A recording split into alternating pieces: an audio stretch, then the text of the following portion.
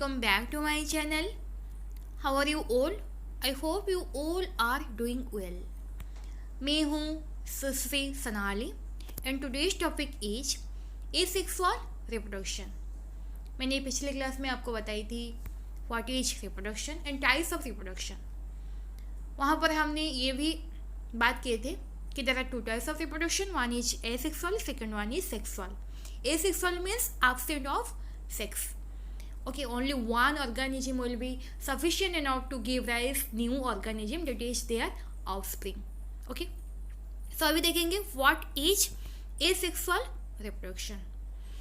So in this type of reproduction, a single individual is capable of, always remember यहाँ पर single individual is capable of producing offspring without the involvement of any sexual gamete. यहाँ पर कभी भी दो individual की involvement कभी भी नहीं होता है एंड डेट टू भी वो गैमेट को भी प्रोड्यूस नहीं करते हैं. ठीक है, मैक्सिमम केसेस में वो गैमेट को प्रोड्यूस नहीं करते हैं एंड जो भी ऑफस्प्रिंग प्रोड्यूस होते हैं वो आइडेंटिकल होते हैं. किसके साथ? उनकी पेरेंट के साथ. That is the exact copies of their parent. And ये बहुत ही ज़्यादा कॉमन होता है कहाँ पर? सिंगल सेल्ड ऑर्गेनिज्म के ऊपर. मतलब ये बहुत ही ज़्यादा कॉमन है. मतलब maximum time single celled organism इसको फॉलो करते हैं. ठीक है, सो अभी हम देखेंगे types of asexual reproduction. So there are many types of sexual reproduction. So first one is fission, second one is fragmentation, third one is regeneration, fourth one is budding. ठीक है, fifth one is sporulation, sixth one is encystation and the last one is vegetative reproduction. हम सभी को one by one deal करेंगे. So first of all what is fission. So fission and fusion ये बहुत ही similar words है and बहुत ही बच्चे जो है ना वो बहुत ज़्यादा कंफ्यूज हो जाते हैं इन टू वर्ड में. ठीक है, सो अभी देखो अगर मैं फिशन के बारे में बात करूँगी, फिशन. ठीक है, सो अगर मैं आपको फिशन के बारे में बात करूँगी, फिशन मीन्स क्या होता है in fission? One large thing, okay, one large thing will divide और will break into many small things. That is known as fission. ये लार्ज था, वो ब्रेक हो जाने के बाद बहुत सारी छोटे छोटे थिंग में वो स्मॉल थिंग में वो कन्वर्ट होगा. ये ओवरऑल आइडिया है. अगर इस कंसेप्ट को हम बायोलॉजी में रिलेट करेंगे तो क्या होगा? एक ऑर्गेनिज्म मेनी ऑर्गेनिज्म में कन्वर्ट होगा. ठीक है, उसको ही हम क्या बोलेंगे? फिशन बोलेंगे. सो अगर मैं फ्यूजन के बारे में आपको बताऊंगी, सो सी हियर, ओके 1 मिनट. सो अगर मैं फ्यूजन के बारे में बात करूँगी तो फ्यूजन क्या है? फ्यूज मतलब कुछ स्मॉल थिंग मिल जाएंगे फिर वो लार्ज थिंग में कन्वर्ट हो जाएंगे. ये सिंपल वर्ड में अगर मैं आपको बताऊँगी तो ये स्मॉल थिंग ये कन्वर्ट हो जाएगा लार्ज थिंग में. उसको हम क्या बोलेंगे? फ्यूज हो जाएंगे. वो जो स्मॉल थिंग है ना वो फ्यूज हो जाने के बाद लार्ज थिंग में कन्वर्ट हो जाएगा. ठीक है, तो उसको बायोलॉजिकल टर्म में भी हम बता सकते हैं, पर यहाँ पर बस ये डिफरेंस है फ्यूजन एंड फिशन में. So don't be confuse. Okay, so next thing is fission. So fission में क्या यहाँ पर लिखा हुआ है देखो. इन फिशन और more correctly we can say binary fission, a parent separates into two or more individual of about equal size.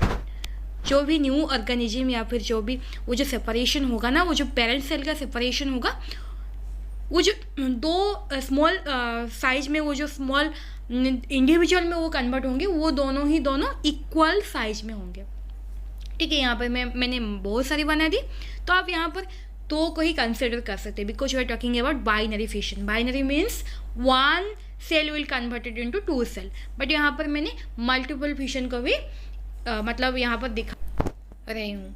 सो अगर मैं एग्जाम्पल के बारे में बात करूँगी तो ये ज़्यादातर सिंगल सेल ऑर्गेनिजम्स होते हैं, like bacteria, archaea, unicellular eukaryotes, okay, that is protista and fungi. So यहाँ पर आप देख सकते हैं, this is the example of binary fission. So यहाँ पर देखो, ये यूनिसेलुलर ऑर्गेनिज्म है। Unicellular organism means the organism who have one cell and it is known as parent. जो पैदा करेगा उसको हम क्या बोलेंगे? पेरेंट बोलेंगे। जिसको पैदा करेगा हम उसको क्या बोलेंगे? डॉटर सेल बोलेंगे या फिर ऑफस्प्रिंग बोलेंगे। सो यहाँ पर as you know, this is the example of binary fission. So binary fission means one cell will divided into two cell, but in multiple fission, यहाँ fission can be binary, fission can be multiple. Okay, so in multiple fission क्या होता है? एक cell will converted into many cells, जैसे कि मैंने आपको अभी दिखाई थी। ओके, सो अभी हम देखेंगे नेक्स्ट टाइप को, जिसका नाम क्या है? फ्रैगमेंटेशन है। सो फ्रैगमेंटेशन मतलब क्या है? सो इन fragmentation a body breaks into several fragments which later develop into complete organisms. Suppose ये एक लिविंग ऑर्गेनिज्म है। Okay, so just 1 minute. Okay, so ये एक लिविंग ऑर्गेनिज्म है, ठीक है। सो अभी क्या हुआ? अभी इस लिविंग ऑर्गेनिज्म का ये प्लानरिया हो सकता है या फिर स्पाइरोगायरा हो सकता है या फिर हाइड्रा हो सकता है। अभी इसका क्या हुआ? फ्रैगमेंट बन गया। ईच फ्रैगमेंट मतलब it has, now this living organism has 3 fragment. one is fragment 1, second one is fragment 2, and the last one is fragment 3. Now what happened? Each fragment has that much of capacity that they can converted into new organism just like their parent. ठीक है, यहाँ पर आप देख सकते हैं, this is the image of a planaria. ठीक है, सो अभी क्या हुआ? ये प्लानरिया का फ्रैगमेंटेशन हो गया। ये जो फ्रैगमेंट हो जाने के बाद अभी ये पेरेंट प्लानरिया का 3 फ्रैगमेंट या फिर 3 टुकड़े हो गए। ठीक है, तो एक हेड पर्सन है, एक मिडिल पर्सन है एंड एक लास्ट पर्सन है, एंड पर्सन। ठीक है, so each fragment will converted into new planaria, new baby planaria, just like their parents. यहाँ पर कंप्लीटली आइडेंटिकल होंगे वो उनकी पेरेंट जैसे। ठीक है, जैसे उनकी पेरेंट है वो सारी की सारी, सभी के सभी वो सिमिलर होंगे, सेम टू सेम होंगे। टोटली सिमिलर तो नहीं सही होगा, टोटली आइडेंटिकल होंगे, completely identical.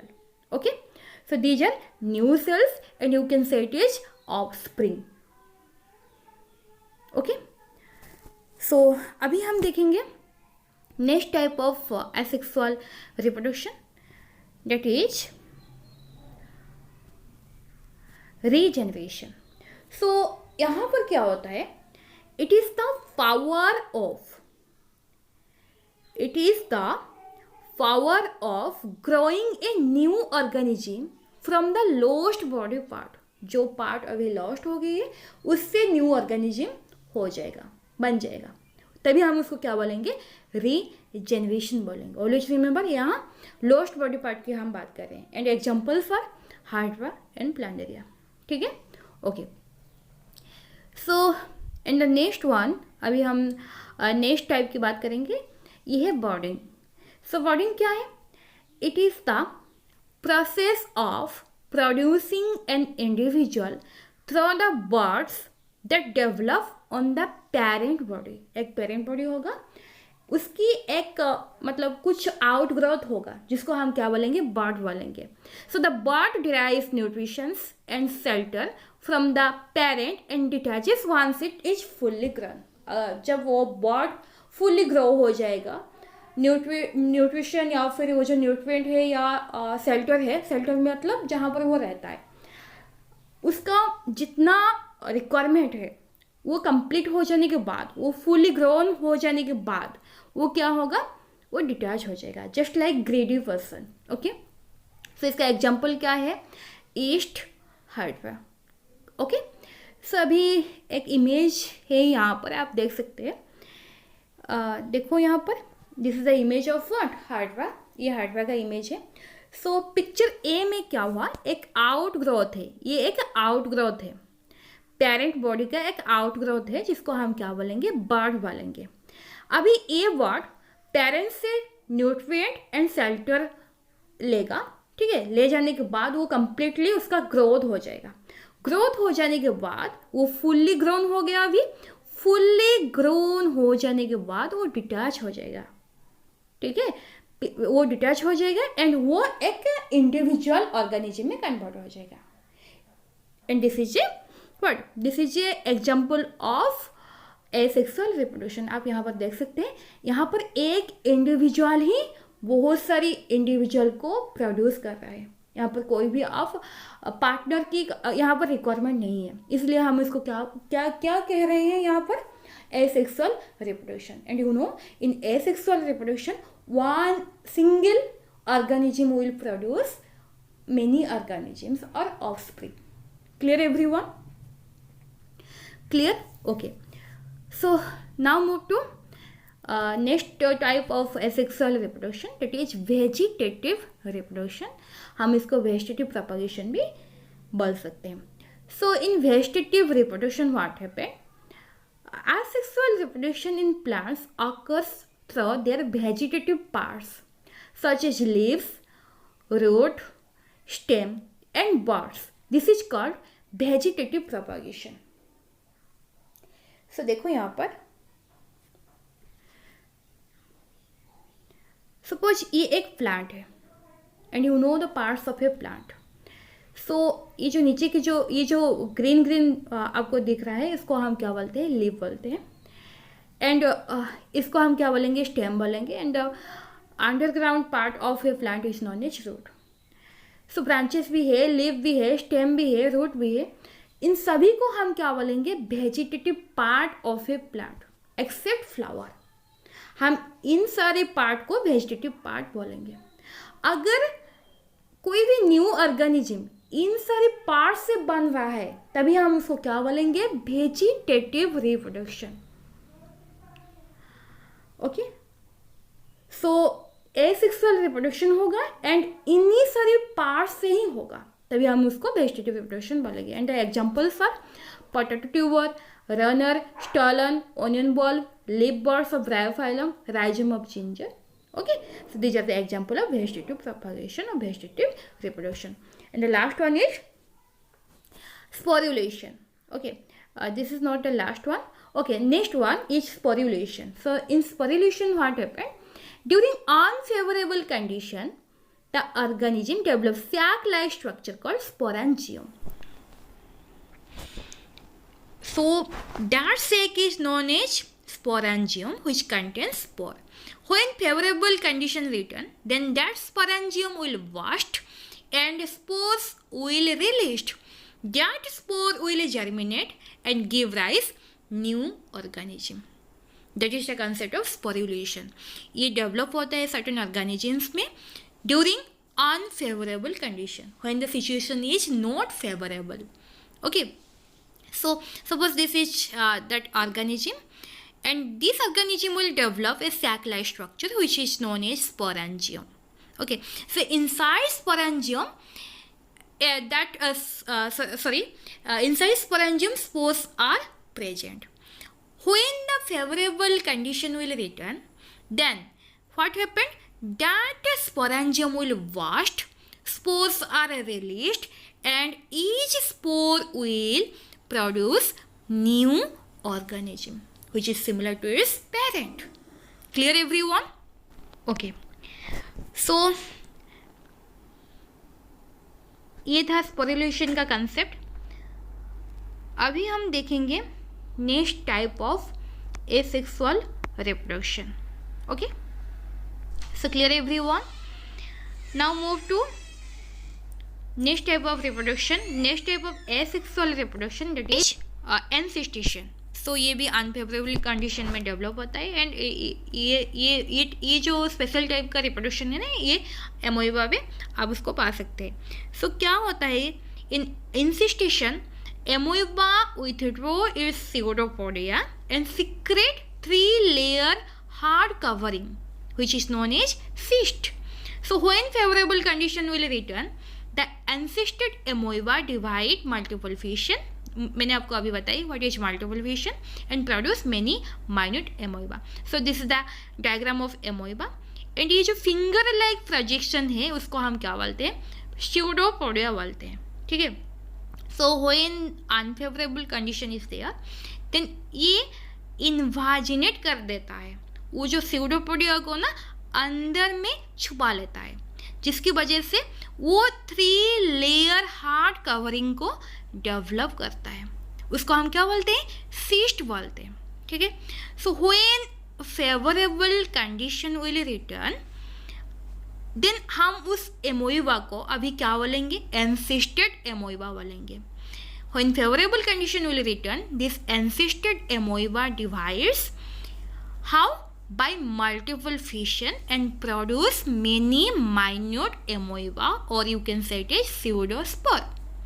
So this is the main concept behind encystation. Clear everyone? Okay. So now move to advantages of asexual reproduction. So what happened? In asexual reproduction, mates are not required. Okay. So second one is process of reproduction is rapid, ये बहुत ही जल्दी में होता है। Third is positive genetic influence pass on two successive generation. Next is enormous number of organism can be produced in a very less time. And the last one is it can occur in various environment.